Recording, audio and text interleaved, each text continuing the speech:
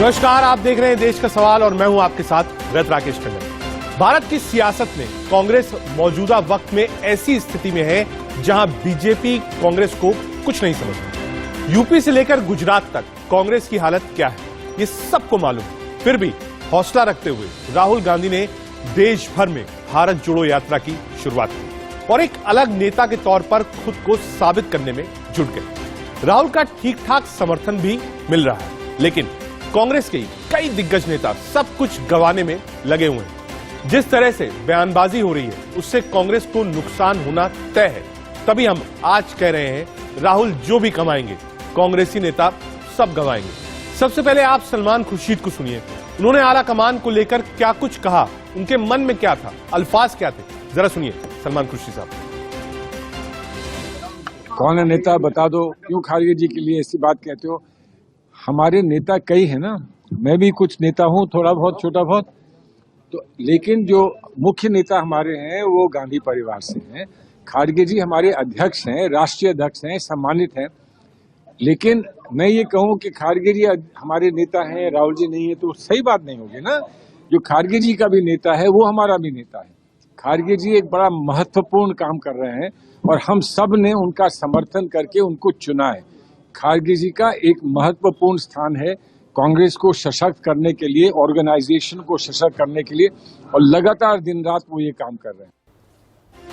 इस बयान के बाद बीजेपी को कांग्रेस पर वार करने का मौका मिल गया, वो भी गांधी परिवार को जोड़कर। तो वो मौका कैसे छोड़ देते? बीजेपी की ओर से क्या कुछ कहा गया, सुनिए। के वरिष्ठ नेता सलमान खुर्शीद ने जग जाहिर कर दिया है, इतनी बेइज्जती अपनी ही पार्टी के अध्यक्ष की करना कतई उचित नहीं है। और यह स्पष्ट हो गया है कि कांग्रेस पार्टी में चाटुकारिता है, वंशवाद में विश्वास है। लोकतंत्र चाहे देश का हो चाहे आंतरिक हो, कांग्रेसियों को इससे कोई लेना देना नहीं है। हिंदुओं को साथ में लेना होगा और इसके लिए मंदिर जाना, तिलक लगाना, सब कुछ होगा। तो इसके द्वारा तीन चीजें साफ हो। पहला, कांग्रेस ये मानती है कि मुस्लिम उसके साथ है। दूसरा, वो ये मानती है कि हिंदुओं को साथ में लेने के लिए किसी भी प्रकार का छल और स्वांग करना हो तो करना होगा। और तीसरा, वो ये मानती है कि हिंदू उसके लिए सिर्फ वोट या सत्ता की सीढ़ी है। अतः इससे एकदम साफ हो जाता है कि कांग्रेस सत्ता में आने के लिए हिंदू होने का स्वांग रचती है, सत्ता में आने के बाद हिंदुओं को आतंकवादी साबित करने का षड्यंत्र रचती है। देश का सवाल क्या है? कांग्रेस के दिग्गज नेता सेल्फ गोल क्यों कर रहे हैं? पहला, विवादों में क्यों फंस रहे हैं कांग्रेसी नेता? क्या राहुल की मेहनत खराब हो रही है? बार बार बीजेपी को मौका क्यों देते हैं कांग्रेसी नेता? इन्हीं सब सवालों पर आज हम चर्चा करेंगे। एक लंबा चौड़ा पैनल हमारे साथ है। हमारे साथ जयराम विप्लव, प्रवक्ता भारतीय जनता पार्टी की ओर से हैं, संजय गुप्ता, नेता शिवसेना की ओर से हैं, योगेश देसाले, प्रवक्ता एनसीपी की ओर से हैं, पवन सिन्हा सर, हिंदू धर्मगुरु हमारे साथ हैं, और प्रेम कुमार जी, राजनीतिक विश्लेषक हमारे साथ हैं। पवन सर, सबसे पहले मैं आपसे ही शुरू करना चाहूंगा।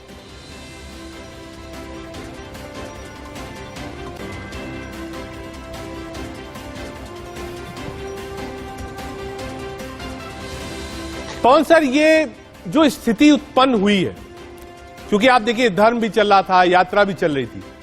एंटनी साहब ने 2014 में ये बात लिखी थी, कांग्रेस के हार के कारण को लेकर एक कमेटी बनाई गई थी। उसमें ये लिखा गया था कि आप एक तरीके से हिंदुओं से दूर हो गए। एग्जैक्ट वर्डिंग मैं शायद इस वक्त मुझे याद भी नहीं होगी, लेकिन उसका सारांश ये था कि आप हिंदुओं से दूर हुए, वो वोट बैंक अलग हुआ, उसका फायदा सीधे सीधे बीजेपी को मिला, इसीलिए इतना प्रचंड बहुमत मिला। यानी मेजॉरिटी वोट की जो राजनीति थी उससे कांग्रेस अलग हो गई और उसमें कई सारे बयान समय समय पर शामिल थे। देखिए, पूरे आपको और पूरे पैनल को प्रणाम करते हुए मैं अपनी एक बात कह रहा हूं और पुनः मैं कह रहा हूं, ये गैर राजनीतिक रूप से एक विश्लेषण है मेरा। जिस भी पार्टी को वोट चाहिए, उसे मेजॉरिटी का वोट चाहिए ही होगा सत्ता में आने के लिए। माइनॉरिटी वोट्स पर कभी भी सत्ता प्राप्त उसे नहीं हो सकती, वो कुछ भी कर ले चाहे। अब मेजॉरिटी का वोट लेने के लिए ये बहुत जरूरी है, खास तौर से जो इस वक्त 2009 के बाद से भारत की राजनीति में जो सांस्कृतिक पुनर्जागरण हुआ है, उसको देखते हुए ये बहुत ज्यादा आवश्यक है कि पार्टी के अंदर उस मेजॉरिटी की छाप दिखे भी, छाप ना भी हो तो छाया तो कम से कम दिखे भी। अब वहां लगातार ऐसी सीरीज ऑफ इंसिडेंट्स हुए कि यहां की जो मेजॉरिटी पॉपुलेशन है उसको कांग्रेस में डिस्ट्रस्ट हुआ। तो AK एंटोनी साहब जो कहते हैं कि वो कहते हैं कि इस ट्रस्ट को पुनः जागृत कीजिए, लेकिन ये काम इतना आसान नहीं है। उसके लिए उस पार्टी को उस मेजॉरिटी के सिद्धांतों को समझना पड़ेगा, आस्था को समझना पड़ेगा, संस्कृति को समझना पड़ेगा, विश्वास को समझना पड़ेगा, तब कहीं जाकर ये हो पाएगा। और फिलहाल इस दिशा में कोई विशेष प्रयास होता हुआ दिख नहीं रहा। ठीक है, तो ये बात एकदम ठीक है और बहुत समय पे उन्हें ये याद आई, ये अच्छी बात है। ये लेकिन तयशुदा बात है कि 2009 के बाद से जो भारत की राजनीति में पुनर्जागरण होता है, कल्चरल रिवाइवलिज्म जिसे हम कहते हैं, वो होता है। तो ये स्पष्ट है कि ये इसीलिए हुआ क्योंकि मेजॉरिटी को अब अपने अस्तित्व को अपने अस्तित्व की पहचान पानी ही। जयराम विप्लव जी, आपके पास भी आ रहा हूं, एक बार प्रेम कुमार जी से ले लो। प्रेम कुमार जी, वापस उस चीज को क्योंकि दोहराया गया और आप देखिए उसके बाद से कुछ सिनेरियो कांग्रेस का भी चेंज हुआ। एक सॉफ्ट हिंदुत्व की लाइन कांग्रेस पार्टी ने ली, चाहे वो मंदिर जाना हो, तिलक लगाना हो, पूजा अर्चन करनी हो, ये सारी चीजें आई। तो क्या उससे बदलाव हुआ? क्या वो वोट बैंक की जो धारा थी वो मिली? मुझको लगता है शायद नहीं मिल पाई। देखिए रजत जी, जो सॉफ्ट हिंदुत्व की बात करना भी लगभग हिंदुत्व की ही बात करना है, दोनों में फर्क नहीं है। तो उससे भी मुख्य बात है कि राजनीति का सेंटर जो है क्या हो। जैसे हमारे पवन सिन्हा जी ने कहा कि बहुसंख्यक को एड्रेस करना चाहिए और करना होता है। तो आज चुके धार्मिक ख्याल से हम देख रहे हैं, इसलिए इस वजह से बोल रहे हैं। लेकिन मान लीजिए थोड़ी देर के लिए कि हम आधी आबादी की बात करने लगे, पूरी राजनीति आधी आबादी पर यानी महिलाओं पर केंद्रित हो जाए, तो तब फिर यह नैरेटिव खत्म हो जाएगा धर्म का और हिंदुत्व का और अल्पसंख्यक का और बहुसंख्यक का। तो आज चुके धर्म आधारित राजनीति चल रही है, वो भारतीय जनता पार्टी ने वो उसकी पैरोकार बनी है। हालांकि धर्म की राजनीति करके वो सत्ता में आई, ऐसा मैं नहीं मानता। 2014 का भी चुनाव जो है वो उन्होंने विकास के नाम पर या भ्रष्टाचार के खिलाफ लड़ाई लड़के पृष्ठभूमि थी आंदोलन की, उस हिसाब से वो सत्ता में आई थी। तो मैं ये मानता हूं कि वो सत्ता में आने के बाद उन्होंने अपने हिडन एजेंडा को लागू करना शुरू किया। और वास्तव में हिंदुत्व का भला तो होता भी नहीं है, हिंदुत्व तो सिर्फ ठोका जाता है उसका डंका। हिंदुओं का जितना नुकसान इस सरकार में हो रहा है उतना किसी सरकार में इससे पहले नहीं हुआ था। इसलिए मूल बात यह है कि राजनीति किस विषय पर हो। राजनीति अगर धर्म से अलग आम जनता की जरूरतों पर हो तो धर्म के हिसाब से अल्पसंख्यक बहुसंख्यक करने की आवश्यकता ही नहीं रह जाएगी। तो आज राजनीति को उसी दिशा में ले जाने की जरूरत है। लेकिन मामला तो सर वहीं जाकर रुकता है ना।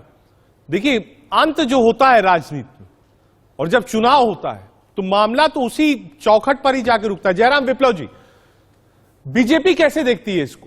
एक मेजॉरिटी अपीजमेंट की पॉलिटिक्स है, ये बीजेपी पर आरोप विपक्ष लगाता है। लेकिन अब विपक्ष भी बदला है धीरे धीरे। और मैं ये नहीं कहूंगा कि सिर्फ कांग्रेस पार्टी, आप विपक्ष के तमाम बड़े दल के बड़े नेता देखिए, 14 के बाद से परिवर्तन आया है। आप सोशल मीडिया देखिए, फोटोग्राफ्स देखिए, मंदिर की फोटोग्राफ्स देखिए, बड़े मंदिरों में जाना देखिए, बड़े त्योहारों को सेलिब्रेट करना जनता के बीच में रहकर वो देखिए, कुछ बदलाव तो दिख रहा है। जयराम जी,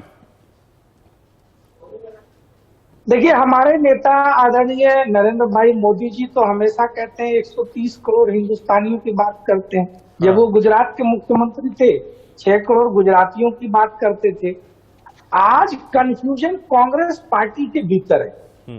कल परसों की बयान आप देख लीजिए, आप मणिशंकर अय्यर के बयान को ले लीजिए, आप जयराम रमेश के बयान को ले लीजिए, आप राहुल गांधी के बयान को ले लीजिए, उन्होंने लगातार इन सारी चीजों को उठाया और आरोप लगाया कि देश को जाति के आधार पर, देश को धर्म के आधार पर, देश को भाषा के आधार पर तोड़ने का काम भाजपा की विचारधारा कर रही है। भारतीय जनता पार्टी और संघ के ऊपर आरोप लगाते हैं और ये बयान खत्म नहीं होता कि उनकी पार्टी के नेता कहते हैं कि हमें तो भाई हिंदू वोट बैंक की जरूरत है, हमें फला वोट बैंक की जरूरत है। ये जो वोट बैंक पॉलिटिक्स की सियासत है, इसको शुरुआत करने वाली, इसकी पूरी देखरेख करने वाली तो कांग्रेस पार्टी रही है। उसी ने इसको खाद पानी देकर इतने वर्षों तक पाला पोसा। आज सबको साथ लेकर चलने की राजनीति की शुरुआत हुई है, जहां पर मेजॉरिटी को छोड़कर या माइनॉरिटी को तरजीह देकर या मेजॉरिटी को जातियों में बांटकर देखने की परंपरा हमने त्याग दी है। ये दौर चला गया जब कांग्रेस पार्टी के प्रधानमंत्री होते थे और वो कहते थे कि देश की सारे संस्थान पर सबसे पहला फला आबादी का है, फला कम्युनिटी का है, फला वर्ग का है।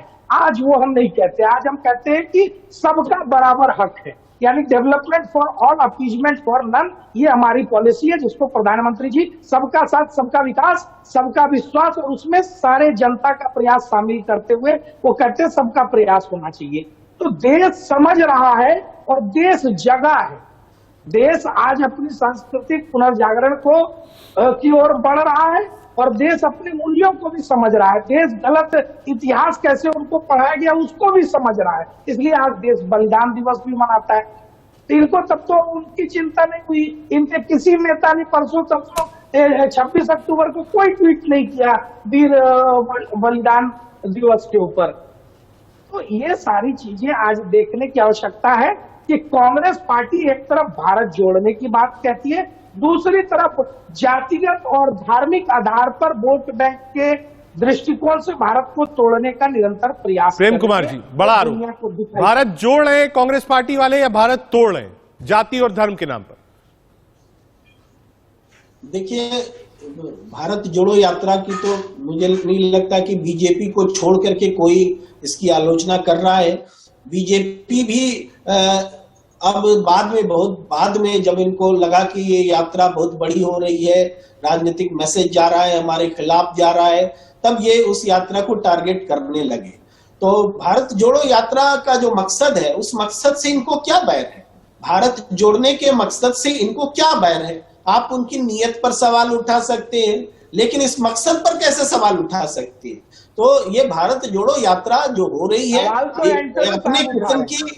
अपने किस्म की अलग यात्रा है, जो इस देश के किसी भी बड़े से बड़े भाई आपके यहाँ तो एक से एक खिलाड़ी नेता है, कोई इतनी लंबी यात्रा पैदल चल करके नहीं कर सका, लेकिन इन्होंने एक यात्रा रखी, एक नई तरीके से कहानी लिखी है इन्होंने। तो इस यात्रा का कहीं से कोई विरोध हो, मुझे आश्चर्य लगता है, खास करके रजत जी की भारत जोड़ो यात्रा को तोड़ो बता रहे हैं, ये तो राजनीतिक है, लेकिन भारत जोड़ो यात्रा का क्यों विरोध हो और कैसे विरोध? जी जयराम जी एक छोटा सा रिप्लाई दे रही है, फिर पवन सर के पास जाना है। कह रहे हैं किस चीज का विरोध? क्या भाजपा घबरा रही है इस यात्रा से? मैं यही तो चालाकी देखिए ना, ये तो एके एंटनी साहब से जाकर पूछे, ये सलमान खुर्शीद साहब से जाकर पूछे और ये मणिशंकर अय्यर साहब से पूछे कि राहुल गांधी अपनी यात्रा का मकसद जो बताते हैं, उस मकसद में पलीता लगाने का काम उनके सिपा सलार क्यों कर रहे हैं? राहुल गांधी कहते हैं मुझे पूरी यात्रा में कहीं नफरत नहीं दिखाई दी, तो फिर आखिर किस मोहब्बत की दुकान खोल रहे हैं? देश में कहीं भी नफरत नहीं है, नफरत उनके दिमाग में, उनकी समझ का फेर है, या वो इसी के आधार पर अपनी राजनीति चलाना चाहते हैं, ये वो तय करें। कांग्रेस आज फिर से एक बार कंफ्यूज दिखाई पड़ रही है। ठीक है पवन सर, लार्जर पिक्चर, ये बयान बार बार देना, उसके बाद यात्रा में भी विजुअल्स हैं, चाहे वो दरगाह हो, मंदिर हो, वहां राहुल गांधी जा रहे हैं। तो क्या कांग्रेस पार्टी को ये बात समझ में आई है, जो बात एंटनी साहब ने 2014 में और अब उसका एक बार फिर रिपीट वर्जन दिया है, कि जब तक आप मेजॉरिटी कम्युनिटी की राजनीति नहीं करेंगे, उससे एसोसिएट नहीं होंगे, तब तक सत्ता का रास्ता नहीं खुलेगा? कांग्रेस ने इसे समझना शुरू कर दिया। कांग्रेस के जो गंभीर नेता हैं कुछ नेता हैं लेकिन वो गंभीर नहीं। जो कांग्रेस के गंभीर नेता हैं वो इस बात को समझ चुके हैं, पहले भी समझ गए थे। एंटोनी साहब तो 13 से लगातार कह ही रहे थे, बहुत सारे और नेता भी इसे समझ रहे थे, लेकिन कुछ नेताओं ने ये होने नहीं दिया। उनको ये लगा कि माइनॉरिटी तो वोट उनको कर ही रही है, माइनॉरिटी का तुष्टीकरण करें। मेजोरिटी के कुछ लोग वोट उन्हें दे ही देते हैं और उनकी सरकार बन जाती है।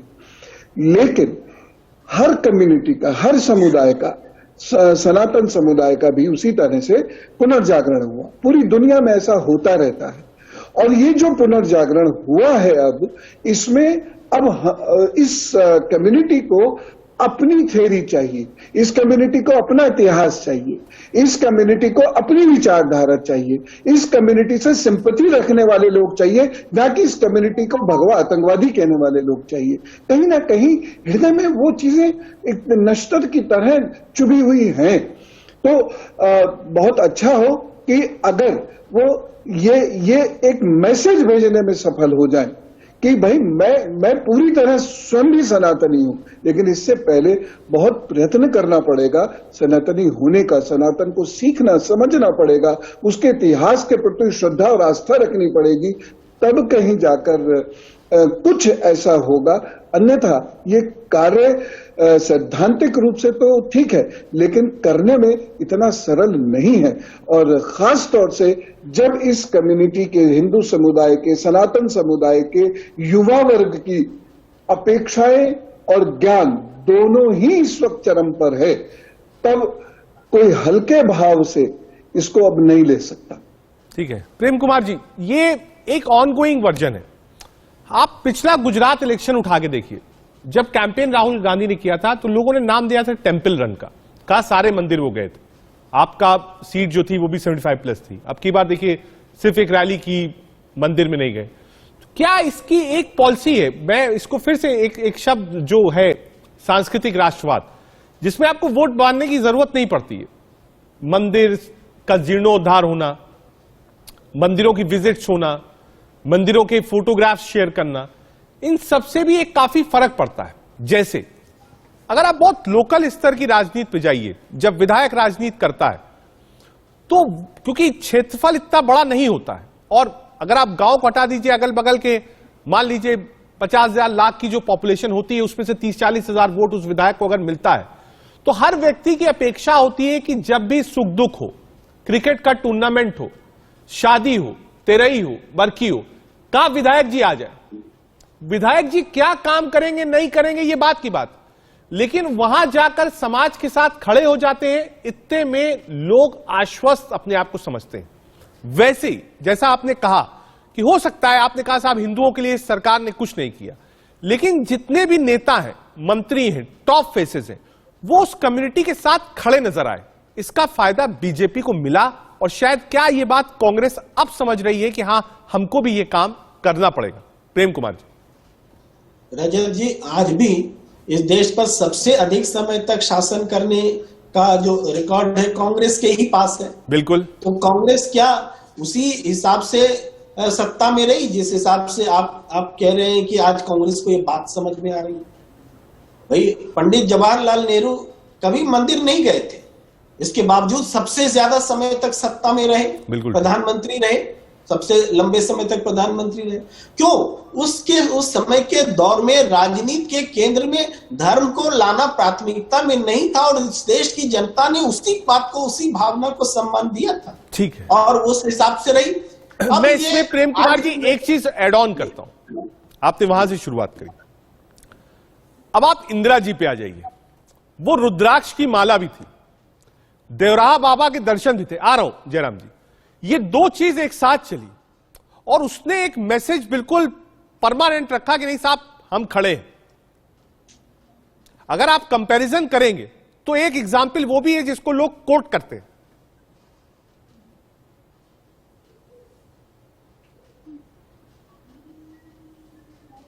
प्रेम कुमार जी। जी, मैं आपकी पूरी बात सुन नहीं पाया, लेकिन फिर भी मैंने जानबूझकर सिर्फ पंडित जवाहरलाल नेहरू का नाम लिया था। हाँ। इंदिरा गांधी का नाम मैंने नहीं लिया था, और आपने सही बताया। तो राजनीति उसके बाद बदली है, हाँ। और समय समय पर बदलती रही है, ये भी तथ्य है, फैक्ट है। और कांग्रेस ने खास करके इंदिरा गांधी के रिजीम में हिंदुओं और मुसलमानों दोनों के साथ में एक तालमेल बना करके हाँ। वो राजनीति को उन्होंने आगे बढ़ाया था। लेकिन हाँ, फिर भी आज के दौर में हम लौटे तो देखिए 90 में बाबरी वाली घटना के बाद भी लंबे समय तक भारतीय जनता पार्टी सत्ता के केंद्र में नहीं आ सकी। ऐसा नहीं है कि सारे लोग उनके इस कृत्य पर मुग्ध थे, मोहित थे और जनता हिंदू उनके पीछे रैली कर रही थी, नहीं कर रहे थे, बल्कि सारे तीनों राज्यों में चुनाव भारतीय जनता पार्टी हार गई थी। जब जहां राष्ट्रपति शासन लागू हुआ था उस घटना के बाद और जब दोबारा चुनाव हुए तो हिंदू इनके इस कृत्य के खिलाफ थे।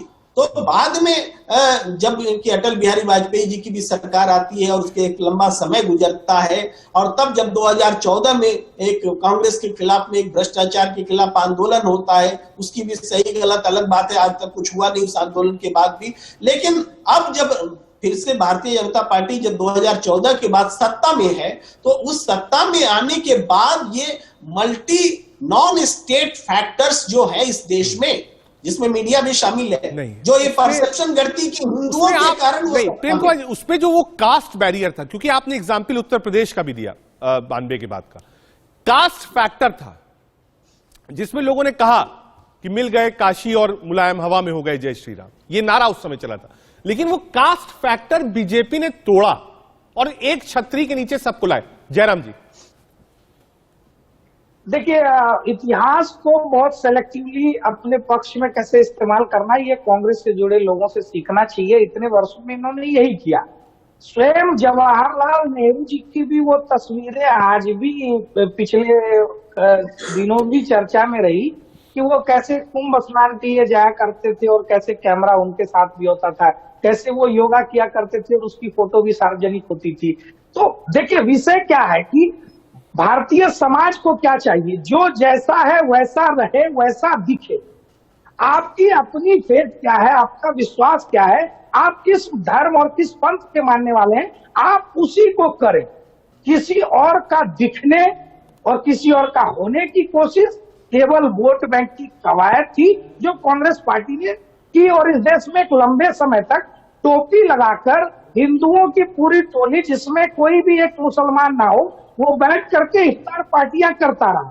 तो ये सारी राजनीति बदली है 2014 के बाद, तो पॉलिटिक्स के सारे डायनेमिक्स बदल गए। आज जो जैसा है वैसा ही होना, उसको जनता को वैसा ही पसंद है और केवल आपको दिखने के लिए ढोंग करने की आवश्यकता नहीं है। और एक और बात मैं जोड़ दूं, ऐतिहासिक परिप्रेक्ष्य में बहुत सारी बातें कही गई। शुरुआत के दिनों में आप देखेंगे तो कांग्रेस पार्टी की भी छवि कमोबेश एक हिंदू पार्टी की थी और उसमें मुस्लिम लीग उसके अपोजिशन में हुआ करती थी। समय बदला, चीजें बदली। दिक्कत वहां से आई जब 1990 के दौर से आप देखेंगे, आपने श्री राम मंदिर निर्माण आंदोलन का विरोध किया, आपने लगातार कानून के रास्ते से कोर्ट में श्री राम मंदिर निर्माण के विरुद्ध खड़े रहे, उस निर्णय को लटकाने अटकाने का काम किया। आपने कोर्ट में एफिडेविट देकर कहा कि श्री राम जी का अस्तित्व ही नहीं है, वो मिथक है। इस प्रकार की चीजों ने हिंदू मन को, हिंदू भावनाओं को आहत किया और यहां से कांग्रेस पार्टी की एक अलग छवि बनी। और बाद के दिनों में हिंदू आतंकवाद हो या राहुल गांधी का अमेरिकी राजनयिक को यह कहना कि हिंदू संगठन आईएसआईएस से ज्यादा खतरनाक है, इस प्रकार की हिंदू तालिबान और पता नहीं कैसी कैसी परिभाषाएं गढ़ी गई। हाँ, प्रेम कुमार जी, मैं पवन सर ने यही कहा कि एक दिन में ऐसा नहीं हुआ। यूपीए 1 और यूपीए 2 के दौरान जो बड़े नेताओं ने बयान दिए वो 30 मेजॉरिटी के दिल में थी जो कि एकत्रित हुई और घड़ा बढ़ा और फिर वो 14 में एक साथ निकली। यही बात पवन जी ने कही है। प्रेम कुमार जी, देखिए रजत जी, अभी हाल में हिमाचल का चुनाव हुआ। हिमाचल की आबादी का कैरेक्टर देखिए, ज्यादातर सवर्ण है, वहां हिंदू है, लेकिन वहां पर ये चीजें क्यों नहीं दिखी? वहां कैसे सत्ता परिवर्तन हो गया? तो इसलिए ये अध्यारोपित कर देना कि पूरे देश में हिंदुत्व के ही नाम पर वोट पड़ रहे हैं और भारतीय जनता पार्टी हिंदुत्व की पैरोकार है, ये कहीं से सही नहीं है। ये तो समझाया जा रहा है, बताया जा रहा है। वास्तव में जब भी जन सरोकार के मुद्दे पर चुनाव होंगे, और वो होने चाहिए, विपक्ष की जीत तभी है जब ये मुद्दे उस पर लाए जाए कि जनता के मुद्दे पर वोट हो। धर्म के आधार पर अगर ये देश बनेगा बटेगा तो फिर वही होगा जैसे पाकिस्तान है, बांग्लादेश है, कोई हिंदू राष्ट्र है, इस तरह से देश बनेंगे। ठीक है, लोकतांत्रिक देश तो नहीं बनना रहा। ठीक है, आ रहा हूं, एक मिनट में जयराम जी, हमारे साथ संजय गुप्ता जी शिवसेना से भी जुड़ गए स्टूडियो में। बहुत स्वागत है संजय जी आपका भी। संजय, क्योंकि आप थोड़ा देर से आए तो चर्चा इसी बात की है, पोस्ट 2014 थोड़ा सा सिनारियो पॉलिटिक्स का, पॉलिटिशियन का, आइडियोलॉजी का बदला है। क्या कांग्रेस वापस उसी मेजॉरिटी वाली पॉलिटिक्स की तरफ जाना चाहती है? पहला। दूसरा, जो सॉफ्ट हिंदुत्व की पॉलिसी थी, क्या वापस कांग्रेस उस पर जा रही जो एक जमाने में इंदिरा गांधी के समय में होती थी? संजय गुप्ता जी। देखिए, मुझे लगता है कि ए.के. एंटनी साहब ने जिस तरह से जो ये बयान दिया, ये काफी लेट दिया उन्होंने, क्योंकि कांग्रेस हिंदुत्व विचारधारा पे, जैसे उन्होंने कहा कि अल्पसंख्यकों के साथ साथ हिंदुओं का भी ध्यान रखें, तो ये ध्यान तब क्यों नहीं रखा गया? ये इस बात का बयान अगर उस वक्त आता जिस वक्त राम सेतु पर सवाल उठाया गया तो शायद थोड़ा सा और अच्छा लगता। और ये सवाल उस वक्त आता जिस वक्त कपिल सिब्बल जी ने ये कहा कि राम मंदिर के मुद्दे को 2019 के बाद देखेंगे। क्यों? हिंदुओं की आस्था के सबसे बड़े प्रतीक राम मंदिर मुद्दे को इतना लंबा लटकाना, इसके लिए ये कभी भी सही नहीं कहा जा सकता। काशी वाले मामले पर मंदिर के अंदर, मंदिर परिसर के अंदर मस्जिद, मैं तो बड़ा हैरान हूं। मैं तो अभी गया था तो मैंने देखा कि मंदिर परिसर में मस्जिद बनी हुई है। किस लिए? किस लिए? मुझे बताइए आप। क्या इस देश के अंदर 5 लाख से ज्यादा मस्जिदें हैं, लेकिन हिंदुओं की आस्था के सबसे बड़े प्रतीक अयोध्या, काशी और मथुरा जैसे मुद्दों को सुलझाया नहीं गया? ये जो हिंदुओं के प्रति कांग्रेस का जो सॉफ्ट रवैया रहा है, मुझे लगता है कि इसके अंदर काफी देरी की गई है। और जिस तरह से दिग्विजय सिंह जी ने जो कहा साध्वी प्रज्ञा के मामले में कि भगवा आतंकवाद, फिर उसके बाद अजमल कसाब जो कलेवा पहनकर और टीका लगाकर हिंदुस्तान में जब घुसा तो उसके लिए कहा गया हिंदू आतंकवाद। तो जब दिग्विजय सिंह जी ने यह कहा भगवा आतंकवाद और हिंदू आतंकवाद, तब कांग्रेस के आला अधिकारियों ने इसका विरोध क्यों नहीं किया? नहीं, लेकिन संजय जी मैं फिर कहता हूं, देखिए सत्ता बीच में आ जाती, आप भी तो कांग्रेस के साथ ही सरकार चला रहे हैं। किस पार्टी से है? एक मिनट आ रहा हूं जरा, हाँ आ रहा हूं। संजय जी, महाविकास अघाड़ी जो चली वो साथ में चली। सावरकर को लेकर आपका स्टैंड बिल्कुल पहले दिन से एक ही था और कांग्रेस ने जस्ट अपोजिट स्टैंड लिया, लेकिन वो सत्ता की चाबी थी जहां कॉम्प्रोमाइज तो आपने भी किया। नहीं, देखिए, हर एक पार्टी की अपनी अलग विचारधारा है और विचारधाराओं के साथ गठबंधन करके सरकार बनाना, यह काम तो हमारे देश में सन 90 से चलता चला आ रहा है। लेकिन किसी अलग विचारधारा की पार्टी के साथ ऐसा तो बीजेपी भी करती रही है और दूसरी पार्टियां भी करती रही हैं। शिवसेना पर सवाल आप इसलिए उठाते हैं क्योंकि शिवसेना ने ये 30 साल में पहली बार किया, वरना दूसरी जितनी पॉलिटिकल पार्टियां, मुझे आप एक भी पॉलिटिकल पार्टी ऐसी बता दीजिए कि जिसने दूसरी विचारधारा की पॉलिटिकल पार्टी के साथ गठबंधन ना किया हो। एक भी नहीं है, ना बीजेपी है, ना कोई और पार्टी, ना कोई और पार्टी, सबने किया है, चाहे पीडीपी से किया हो। मैं ऐसे बहुत से एग्जाम्पल दे सकता हूं, मगर शिवसेना ने जो किया उसके लिए सब उंगली उठाते हैं। विचारधारा नहीं बदलती। वीर सावरकर पर हमारा स्टैंड आज भी नहीं बदला। वीर सावरकर पर जयराम जी कुछ बोलना चाह रहे थे, जयराम विप्लव जी। देखिए, बड़ी चालाकी के साथ कांग्रेस समर्थित लोग बच निकलते हैं इन चीजों से। सवाल है कि आज इस चीज को राजनीति के केंद्र में कौन ला रहा है? ये ए.के. एंटनी का बयान है, ये भारतीय जनता पार्टी का बयान तो है नहीं कि हम हिंदुत्व के आधार पर चुनाव लड़ रहे हैं या हम अल्पसंख्यकों की राजनीति करेंगे। भारतीय जनता पार्टी आज भी भारत को आगे बढ़ाने के लिए, भारत को मजबूत बनाने के लिए, और तमाम योजनाएं जो हमारी हैं वो 130 करोड़ 35 करोड़ भारतीयों के लिए, उसमें जाति धर्म का भेद नहीं। सवाल वहां पर, हमारा विचारधारात्मक लड़ाई वहां पर शुरू होती है जब आप कहते हैं कि हिंदुओं को साइडलाइन कर दीजिए, जब आप कहते हैं हिंदू आतंकवाद, जब आप कहते हैं हम केवल एक वर्ग का अपीजमेंट करेंगे और हिंदुओं को जाति में बांटकर खंड खंड करके वोट बैंक की अपनी राजनीति चलाएंगे। आज उस राजनीति को देश की जनता ने ठोकर मारी है।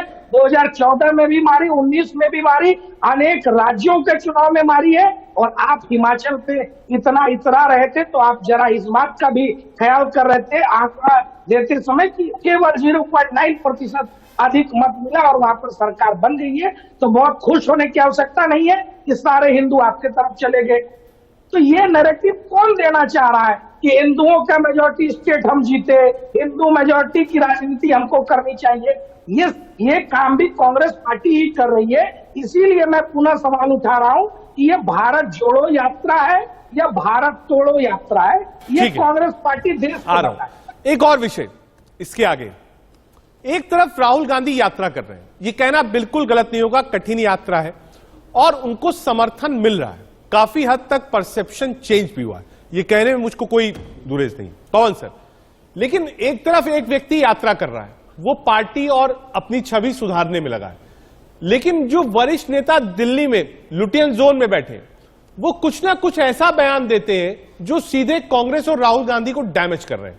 मसलन मणिशंकर अय्यर साहब, सलमान खुर्शीद साहब, जितने भी बयान आते हैं, एंटोनी साहब, वो सीधे सीधे जो एक मेहनत है राहुल गांधी की, क्या उसको जीरोफाई कर रहे हैं? देखिए, कांग्रेस में कहीं तालमेल का अभाव तो दिखता है और ये तालमेल का अभाव 2010 के बाद से ही दिख रहा है। भगवा आतंकवाद जैसा बयान कभी नहीं देना चाहिए था। उस देश के अंदर जो देश धर्म को जीता है, धर्म में जीता है, ये बात कह के उन्होंने अपने पांव ही कुल्हाड़ी पर दे मारा। उसके जो बाद की बात हुई है वो ये है कि वो एक माइनॉरिटी वोट बैंक की तरफ गए, लेकिन माइनॉरिटी डिविजन्स भी हो गए। माइनॉरिटी में आज एमआईएम आ गई, पीस पार्टी आ गई और बहुत सारे कद्दावर लोग आ गए जिनको माइनॉरिटी ने स्टेट में सपोर्ट किया और इतना किया कि वो पार्लियामेंट तक सपोर्ट पहुंचा। तो माइनॉरिटी का भी डिवीजन हो गया। मेजोरिटी साथ आई नहीं क्योंकि मेजोरिटी ने बहुत तलखियां सुनी, देखी, हर जगह मजाक उड़ाया गया, हर चीज पर मजाक उड़ाया गया और जो भी धर्म का पालन कर रहा है, पूजा पाठ कर रहा है, उसको एकदम बेवकूफ और बैकवर्ड, ये सारी मेंटेलिटी उस वक्त की गई। और एक चीज मैं और कहना चाहूंगा, ये सारी बातें मैं गैर राजनीतिक रूप से कह रहा हूं, एक चीज मैं और कहना चाहूंगा, मैंने शासन किया, ये एरिस्टोक्रेटिक थॉट है और ये थॉट आज की दुनिया में, भारत ही नहीं पूरी दुनिया में इसकी जगह अब समाप्त हो गई है। डेमोक्रेसी ने इसकी जगह ले ली है। 67% पॉपुलेशन इस देश की आज यंग है, वो ये स्वीकार नहीं करेगी कि हमने जब देश पर शासन किया, देश पे शासन मुगलों ने किया, वो समझ में आता है, देश पे शासन अंग्रेजों ने, डच ने, पुर्तगीज ने किया, लेकिन किसी पॉलिटिकल पार्टी ने नहीं किया, उस पर लोगों ने शासन किया। We the people of India give to ourselves this constitution, ये प्रीएम्बल कहता है, लेकिन मानसिकता वही चली आ रही है। अब ये मानसिकता भी खारिज हो गई। तो अगर राहुल जी कुछ भी करना चाहते तो इन सब चीजों को उन्हें जोड़ना पड़ेगा कमांड के साथ। और ये हाउस इन ऑर्डर होना चाहिए। प्रेम कुमार जी, अब आप बताइए ना, ये जो बयान प्रेम कुमार जी कांग्रेसी नेता देते हैं समय समय पर, राहुल गांधी तो बयान देते नहीं है जिस पर छिड़े, बहुत संतुलित चल रहे हैं, यात्रा भी कर रहे हैं, नहीं राहुल, लेकिन जो ये बयान सेना को लेकर प्रेम कुमार जी दिए जाते हैं, आपको लगता नहीं इससे सीधा नुकसान राहुल गांधी, कांग्रेस का और भारत जोड़ो यात्रा का हो रहा है, या आप जस्टिफाई करते हैं? रजत जी, बयान तो नेता हर रोज कुछ न कुछ देते हैं, लेकिन वही बयान चुन करके बातचीत की जाती है जिस बयान से राहुल गांधी और गांधी परिवार पर अटैक किया जा सके। और इस बात को मुद्दा बनाने में कौन लोग, हमने कहा कि स्टेट एक्टर्स तो होते हैं, नॉन स्टेट एक्टर्स भी ज्यादा रोल निभाते हैं कि कैसे उन बयानों को जिससे राहुल गांधी पर हमला करने के रूप में जिसका इस्तेमाल हो सके उसको हाईलाइट किया जाए। और वो मैं आपकी बात मान गया, मैं मान गया। प्रेम कुमार जी, बयान दे कौन रहा है जरा ये देख लीजिए। सलमान खुर्शीद साहब, विदेश मंत्री यूपीए की सरकार में, एंटनी साहब डिसिप्लिनरी कमेटी के इंचार्ज पूरे ऑल इंडिया कांग्रेस कमेटी के, रक्षा मंत्री, one of the senior most living Congress legends. कोई छोटा आदमी हो तो हम लोग दरकिनार भी कर दें, चेहरे और नाम तो देख लीजिए। प्रेम कुमार जी, बयान दे कौन रहा है? रजत जी, बयान तो साध्वी प्रज्ञा भी दे रही है, लेकिन कभी क्या उससे बीजेपी को क्या नुकसान होगा, इस पर आप डिबेट करते हैं क्या? नहीं करते हैं, उसकी आपको जरूरत नहीं है, आपको बीजेपी को कटघरे में खड़ा करने की जरूरत नहीं है। खबरों में लेकिन आपको लगातार राहुल और आप गांधी को देखिए कटघरे में खड़ा साध्वी करने की जरूरत प्रज्ञा का जो है। राजनीतिक कैरियर है, देखिए मैं प्रेम कुमार जी, मैं किसी की तरफदारी नहीं कर रहा, लेकिन आप मुझे आखिरी बार बताइए कि कब आपने अमित शाह जी और जेपी नड्डा जी और प्रधानमंत्री के साथ साध्वी प्रज्ञा को देखा हो? बताइए लास्ट टाइम। मैंने नहीं देखा। कब हाउस में ऐसा हुआ हो कि बातचीत हो? मैंने नहीं देखा। ये गजब नाराजगी सवाल है। प्रधानमंत्री की थी, प्रधानमंत्री ने उसको दर्ज भी नहीं। प्रेम कुमार जी, प्रधानमंत्री की नाराजगी थी, उन्होंने दर्ज किया, लेकिन सलमान खुर्शीद साहब और AK एंटनी साहब तो कांग्रेस है। कोई कहे साहब ये चेहरा नहीं तो सबसे शीर्ष नेतृत्व है, चाहे किसी पद पर रहे या ना रहे। रजत जी, आप वहीं पर फोकस कर रहे हैं जिससे कि राहुल गांधी पर हमला हो, गांधी परिवार पर हमला हो, लेकिन हम कह रहे हैं कि साध्वी प्रज्ञा को आप बचा रहे हैं कि उनके साथ दिखे नहीं। साध्वी प्रज्ञा के खिलाफ कुछ नहीं था, सिर्फ एक उनके नाम जो उस मौका वारदात पर मिला था। आप उसको भी डिफेंड देखो कर रहे प्रेम हैं। कुमार जी, मैं डिफेंड नहीं करने वाला, कोई नहीं होता। जयराम जी एक बार जरा साध्वी प्रज्ञा का क्योंकि सवाल उठाया है प्रेम कुमार जी, एक बार उसका उत्तर दें। बोलना चाहता हूँ सुनिए संजय जी, एक मिनट में आ रहा हूं। जयराम जी, मुझे ना तो इमरान प्रतापगढ़ी के उस बयान में कोई इंटरेस्ट है जिसमें वो कहते हैं कि ईमान वालों मरोगे तो मरने से पहले कुछ लोगों को मार कर मरना, मुझे कोई इंटरेस्ट नहीं है। हम आज भी भारत के साथ, भारत को आगे बढ़ाने में लगे हुए। हमारे पार्टी के शीर्ष नेताओं को इस प्रकार की चीजों में कोई इंटरेस्ट नहीं है। लेकिन राहुल गांधी की स्क्रिप्ट क्या हम लिख कर दे रहे हैं जब वो कह देते हैं कि सेना पिट रही है? राहुल गांधी को इतना समझ नहीं है क्या बोलना चाहिए? अपने किए पर कौन पानी फेर रहा है? और कांग्रेस की दुर्भाग्यजनक स्थिति देखिए, कांग्रेस के शीर्ष नेताओं के ऊपर एक ऐसे व्यक्ति की टिप्पणी आती है कि उनके बयान को महत्व मत दीजिए, जो स्वयं कांग्रेस के आधिकारिक प्रवक्ता नहीं है। तो कांग्रेस को सोचना चाहिए उनकी दयनीय स्थिति क्यों हो गई। जब से जयराम रमेश आए हैं, मीडिया की स्थिति भी खराब होती जा रही है। अब उनके बयानों को आज देख लीजिए, उन्होंने भारत की फार्मा इंडस्ट्री को लेकर जो सवाल खड़े कर दिए, मेक इन इंडिया पर सवाल खड़े कर दिए, भारत को बदनाम करने का कोई मौका कांग्रेसी नहीं छोड़ते। तो ऐसे में उनकी इमेज क्या बनेगी? राष्ट्रभक्त की, भारत जोड़ने की इमेज बनेगी। ठीक है, संजय जी कुछ ऐड करें। संजय गुप्ता जी, इसके लिए मीडिया दोषी है। मैं ये कहना चाह रहा था कि साध्वी प्रज्ञा के मामले पे जहां पर ब्लास्ट हुआ था वहां सिर्फ एक स्कूटर पाया गया था जो साध्वी प्रज्ञा के नाम पे था। ऐसी तो बहुत सी गाड़ियां होती हैं जो हम लोग बेच देते हैं और अथॉरिटी के अंदर अपने नाम निकलाते हैं। सिर्फ एक ऑटो के पास जाने पर आप किसी को इतना प्रताड़ित करें, उसके बाद आप भगवा को आतंकवादी, अगर उसके बाद भगवा को भगवा आतंकवाद, क्या मतलब? इससे भगवा का मतलब नहीं समझते? भगवा हिंदुओं की आस्था का कितना बड़ा प्रतीक है और भगवा हिंदुओं की आस्था का सबसे बड़ा प्रतीक है। भगवा को आतंकवाद कहना इस तरह से तो उसका खंडन नहीं होना चाहिए था। अगर कोई नेता ऐसा कह भी देता है तो उसका खंडन होना चाहिए था। अगर कोई नेता यह कह देता है कि हिंदू आतंकवाद, तो उसका खंडन होना चाहिए था। दिग्विजय सिंह जी ने 1 मिनट के अंदर कहा हिंदू आतंकवाद, क्या मतलब? कांग्रेस कोई ऐसी घटना का इंतजार करती है कि जिससे कि हिंदुओं पर उंगली उठाई जा सके? अगर अजमल कसाब कलेवा पहनकर, टीका लगाकर हिंदुस्तान में घुसा और पकड़ा गया, तो 1 मिनट के अंदर जो बयान आया, जो दिग्विजय सिंह जी ने कहा कि हिंदू आतंकवाद शुरू हो गया, तो इसका क्या खंडन नहीं होना चाहिए था? क्या कांग्रेस के आला अधिकारी इसको देख नहीं रहे थे? जो बाटला हाउस में जिनके ऊपर, आतंकवादियों के ऊपर आंसू बहाए गए, क्या इस बात की खबर उनको नहीं देनी चाहिए थी श्रीमती सोनिया गांधी जी को कि कहां पर आंसू बहाए जा रहे हैं, ये आतंकवादी हैं? ऐसा नहीं होना चाहिए कि कोई एक विशेष समुदाय, चाहे वो आतंकवादी गतिविधि में हो, चाहे वो दंगे में शामिल हो, उसके साथ खड़ा ही हो जाए। नहीं, सही और गलत का पैमाना ये जांचना बहुत जरूरी है, चाहे वो हिंदू हो, चाहे वो मुसलमान हो, चाहे वो दूसरे धर्म के लोग हों। तो इस पैमाने को कांग्रेस ने बहुत लंबे समय तक जो है किया है, सही नहीं किया। और आज AK एंटनी साहब जो कह रहे हैं ये बिल्कुल सही कह रहे हैं, मगर इन्होंने इस बयान को देने में काफी देरी की है। ठीक है, एक बार वापस पवन सर के पास। पवन सर, क्योंकि जो चर्चा है, चाहे वो नेताओं के बयान की हो, चाहे यात्रा की हो, वो इर्द गिर्द चर्चा में राहुल गांधी और उनकी भारत जोड़ो यात्रा है। अगर आप देखें तो आप आकलन इस यात्रा का कैसे करेंगे? क्या इससे परसेप्शन, पॉलिटिकल जो एक एक्यूमेंट था, वो राहुल गांधी का बदला है? क्या मानते हैं आप इस बात को? जी हां, मैं मानता हूं। और राहुल गांधी युवा पहचान के कांग्रेसी नेता हैं, वो लोगों में जा रहे हैं, तो सितारा एक जमीन पर उतरा है, तो लोगों में जा रहे हैं, इसका लाभ कांग्रेस को जरूर मिले। लेकिन राहुल गांधी का जो सपोर्ट सिस्टम है पार्टी के अंदर, मुझे वो कहीं कमजोर लगता है। राहुल गांधी जी जो यात्रा कर रहे हैं, पार्टी के लोग यहां बैठ के उस यात्रा की जड़ें खोद रहे हैं, मुझे ऐसा लगता है, क्योंकि वो ऐसे बयान जारी करते हैं जो इनडायरेक्टली एक पर्टिकुलर आइडियोलॉजी के सेंटिमेंट्स को हर्ट कर रही है, और वो लगातार हर्ट कर रहा है। तो राहुल गांधी जी जनता के बीच में जा रहे हैं, ये उनका दायित्व भी है, ये पार्टी का दायित्व भी है। लोग उनके साथ चल रहे हैं, उनसे गले मिल रहे हैं, उनके साथ हाथ मिला रहे हैं, बच्चे उन्हें ज्वाइन कर रहे हैं, अच्छी बात है। एक मजबूत विपक्ष हो, ये तो देश का हर नागरिक चाहेगा ही चाहेगा।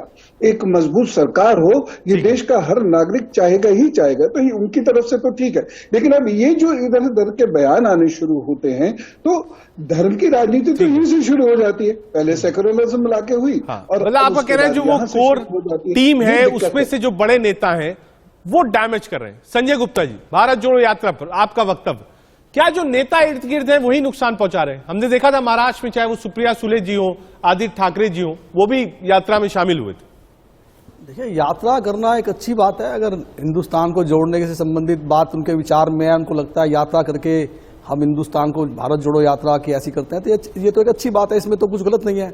मगर मुझे लगता है कि जो बयान दिए जाते हैं, जैसे कि वीर सावरकर के विषय में कहा जाता है, तो मुझे लगता है कि कांग्रेस के नेताओं को बताना चाहिए राहुल गांधी जी को कि वीर सावरकर को श्रीमती इंदिरा गांधी जी ने सन ऑफ इंडिया का खिताब दिया था। तो श्रीमती इंदिरा गांधी क्या हमारे देश की प्रधानमंत्री नहीं थी?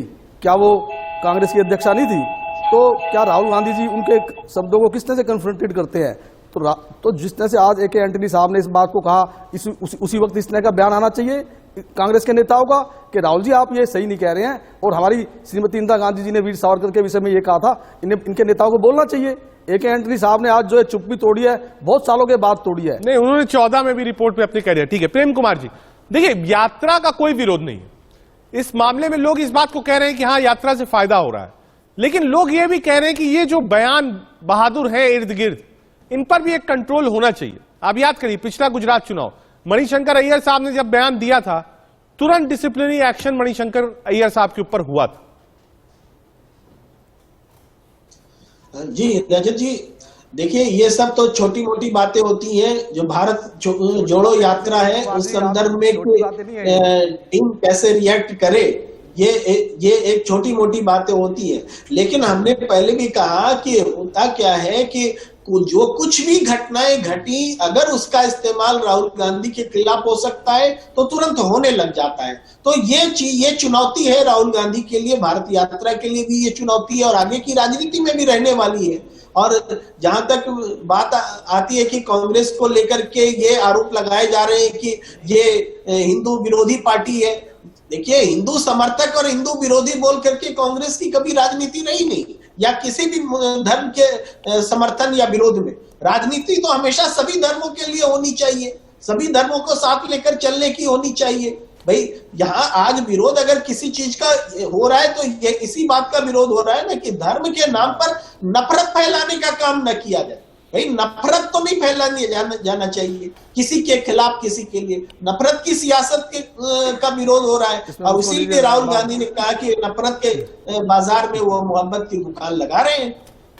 मैं प्रेम कुमार जी की इस बात का जवाब देना चाहता हूं कि जो इन्होंने कहा छोटी मोटी बातें हैं, तो प्रेम कुमार जी, अगर हमारे देश का कोई नेता पाकिस्तान में जाकर के ये कहे कि हमारे देश को प्रधानमंत्री को, मोदी जी को हटाने के लिए आपको आगे आना पड़ेगा, तो ये कोई छोटी मोटी बात नहीं है। मणिशंकर अय्यर ही थे वो नेता शायद जिन्होंने पाकिस्तान के अंदर इस बात को कहा था कि मोदी जी को हटवाने में आप ही कुछ करेंगे। तो ये किस तरह का बयान था? क्या पाकिस्तान की भी इतनी हिम्मत होगी कि हमारे देश के प्रधानमंत्री कौन रहेंगे, कौन नहीं रहेंगे, हटाएंगे नहीं हटाएंगे, इस तरह का बयान कोई कांग्रेस का नेता वहां जाकर के देगा और कांग्रेस यहाँ पर चुप बैठी रहेगी? उसका जवाब जाना चाहिए था। मणिशंकर अय्यर के खिलाफ अच्छे से कार्रवाई होनी चाहिए थी। जिस तरह से दिग्विजय सिंह ने कहा कि हिंदू आतंकवाद और भगवा आतंकवाद, उनके खिलाफ कार्रवाई होनी चाहिए थी। ऐसा नहीं होना चाहिए कि कोई कुछ भी बयान दे दे, आप चुपचाप बैठ करके देखते रहे।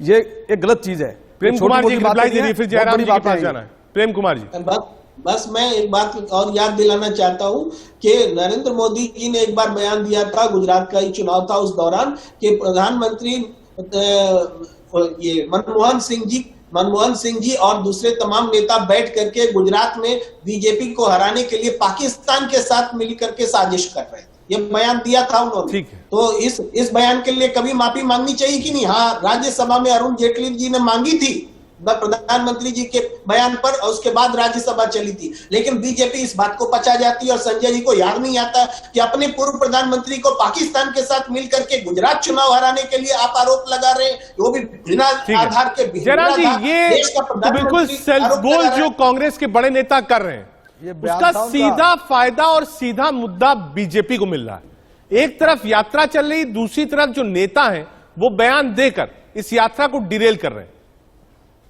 नहीं, मैं तो बाकी नेताओं के बयान को भी जाने दीजिए, मैं तो सीधे राहुल गांधी जी के बयान पर आता हूँ। राहुल गांधी जी की कुछ चीजें जो इस यात्रा में चर्चा में आई, वो एक तो व्यक्तिगत उनका व्यवहार दिखाने की कोशिश हुई कि वो कैसे अपनी माँ के जूते बांधते हैं, कैसे वो बच्चों के स्कूलेस बांधते हैं, कैसे लोगों से गले मिलते हैं, ये सारी चीजें अच्छी है। लेकिन इस यात्रा के दौरान उन्होंने वीर सावरकर के ऊपर सवाल उठाया, उन्होंने हिंदू वर्सेस हिंदुत्व की बात की, उन्होंने सेना के ऊपर, सेना के शौर्य के ऊपर, जिसको पूरे देश ने देखा, हमारे देश का बच्चा बच्चा जानता है कि 1947 से लेकर आज तक हमारी सेना शौर्य में कभी पीछे नहीं हटी। हमारी सेना ने हमेशा अपना दमखम दिखाया, ताकत दिखाई। भले ही हमारी राजनीतिक टेबल पर हमारे राजनेताओं ने कुछ गलतियां की, उन्होंने कदम जरूर पीछे हटाए, ये अलग विषय है, लेकिन सेना के शौर्य पर कभी सवाल नहीं उठा। उस पर भी राहुल गांधी सवाल उठाते। तो राहुल गांधी खुद जो बोल रहे हैं उसके लिए कौन जिम्मेवार है? राहुल गांधी प्रेम कुमार जी 10 सेकंड में जिम्मेवार है, बिल्कुल बहुत कम है। प्रेम कुमार जी एक बार रिप्लाई दें। जिम्मेवार है। ये बार बार से कभी सेना की आड़ लेकर के छिपते हैं, सेना का शौर्य को अपना शौर्य मानते हैं। सेना पूरे देश की सेना है। बात नहीं है, आप मानते हैं कि राहुल गांधी ने जो कहा वो ठीक था। ठीक है, अभी यात्रा भी चलेगी, बयान भी आएंगे और राजनीति भी होती रहेगी। देश के सवाल में आज के लिए इतना ही। आप सभी मेहमानों का बहुत शुक्रिया। कोशिश यही थी कि दो चीज समझे। पहला, कांग्रेस को क्या सॉफ्ट हिंदुत्व की तरफ बढ़ना होगा, एंटनी साहब कह रहे हैं, और दूसरा, एक तरफ राहुल गांधी यात्रा कर रहे हैं, दूसरी तरफ उनके इर्द गिर्द के बड़े चेहरे कांग्रेस के उस यात्रा को डिरेल करने में लगे हैं। कांग्रेस को अपने हाउस को ऑर्डर में रखना होगा। देश का सवाल में आज के लिए इतना ही। आगे देखिए हमारी